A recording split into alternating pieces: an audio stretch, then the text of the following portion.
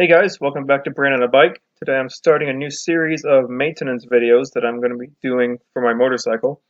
Today's project is an oil change on my 2004 Suzuki SV650. I'd recommend getting a manual for your motorcycle just in case your bike is a little bit different than mine, but for the most part this is how you change the oil on a motorcycle. So the first thing you're going to want to do is you're going to want to let your bike run for a few minutes. That helps the oil warm up a little bit and it'll flow out more easily when you go to drain it. Once the bike's off, go ahead and remove the oil cap.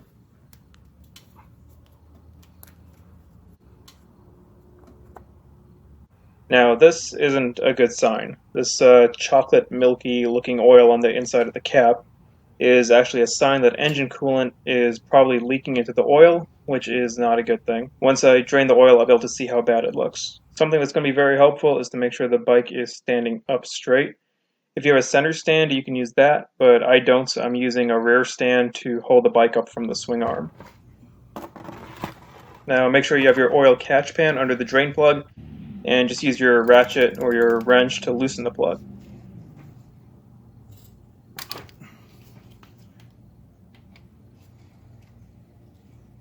Once it's loose, you can unscrew it by hand. Just be careful, because once you have it out all the way, the oil's going to pour out pretty quickly, and you don't want to drop the plug in the oil. You can see here the old crush washer at the top of the drain plug. The crush washer is what helps make sure the oil doesn't leak out from around the plug, so we're going to want to replace it with a new one before we put the plug back in and add the new oil. So let's take a look at the oil that came out from the motorcycle.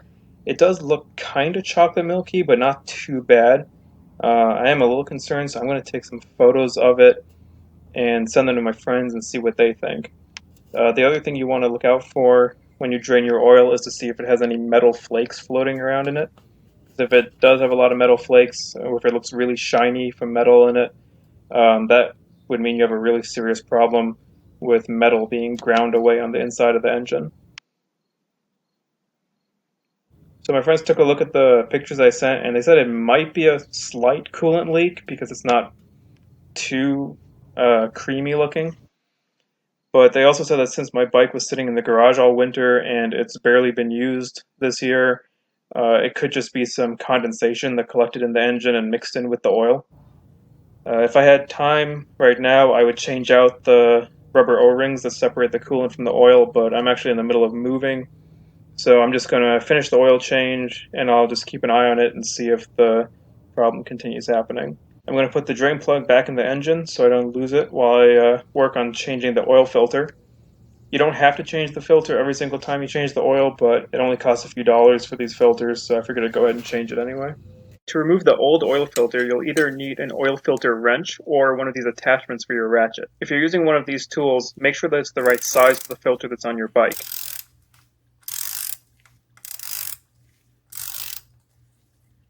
Once the filter is loose, it's actually pretty easy to take it off by hand. Make sure that you still have the catch pan under the filter though, because oil is definitely going to leak out from it. Once it's off, make sure all the oil is drained out and put it in a Ziploc bag. You'll want to use either a clean rag or a shop towel to clean the surface where the oil filter attaches to the bike. You also want to make sure that the rubber gasket from your oil filter isn't still stuck to the mating surface on the engine. Then take your brand new filter and lubricate the rubber gasket with fresh oil. This will make it a lot easier to remove when you need to change it in a few months. Once your filter is prepped, screw it on by hand. You'll have to check the instructions that come with your filter to know how tight it needs to be. Mine says that once the rubber gasket makes contact with the surface of the engine, complete one more rotation and it should be all set. Before we fill the engine up with fresh oil, I need to replace the old crush washer on the drain plug. I was able to get the old washer off by rotating it on the threads of the plug. Then I put the new crush washer on so that the curved side will press up against the engine. Wipe the oil drain clean and thread the plug in by hand. You'll have to check your own manual to see how tight you need to torque the bolt down to. To measure the torque, you can either buy a good quality torque wrench or you can do what I do and use a luggage scale. This is a little tricky, but what I do is I take the torque spec from my manual and I convert it so that it matches the length of the tool I'm using. Then I use the luggage scale to measure how much torque I'm putting on the bolt.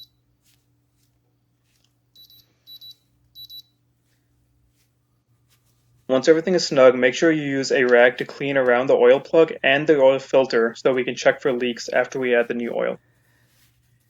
Alright, now I just got a funnel and we'll fill up the engine with some fresh oil. You have to check your manual to see how much oil you need to add. Just a tip, there's usually two different measurements. One for when you're just doing an oil change and one for when you're doing an oil and filter change like I did today. Make sure you clean your funnel so you don't leak oil everywhere and make a mess. And then just screw the oil cap back on. And the next thing we got to do is we have to run the motorcycle for about 3 minutes. And then we'll check to see if there's any oil leaking from either the oil plug or the oil filter.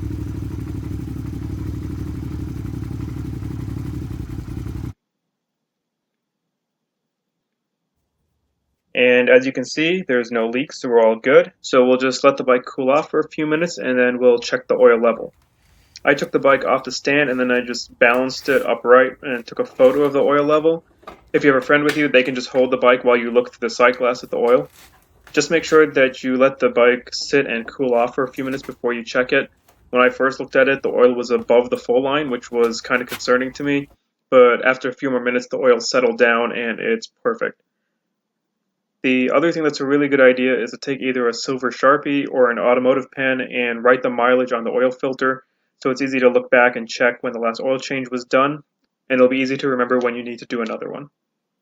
Now that we're all done with the oil change, all that's left to do is to clean up everything that we used.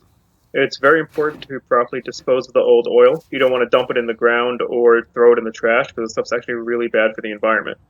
What I do is I pour the old oil into a container and then I'll just take it to one of the auto parts shops here in town and they'll recycle it for me. I'll also give them the old filter and they'll take care of that too. I like to use this large jug, but if you want, you can just put the oil in the containers that your fresh oil came in. And so that's pretty much it. The oil change is done. I'm just going to finish cleaning this up and I'll see you guys in the next video. See ya.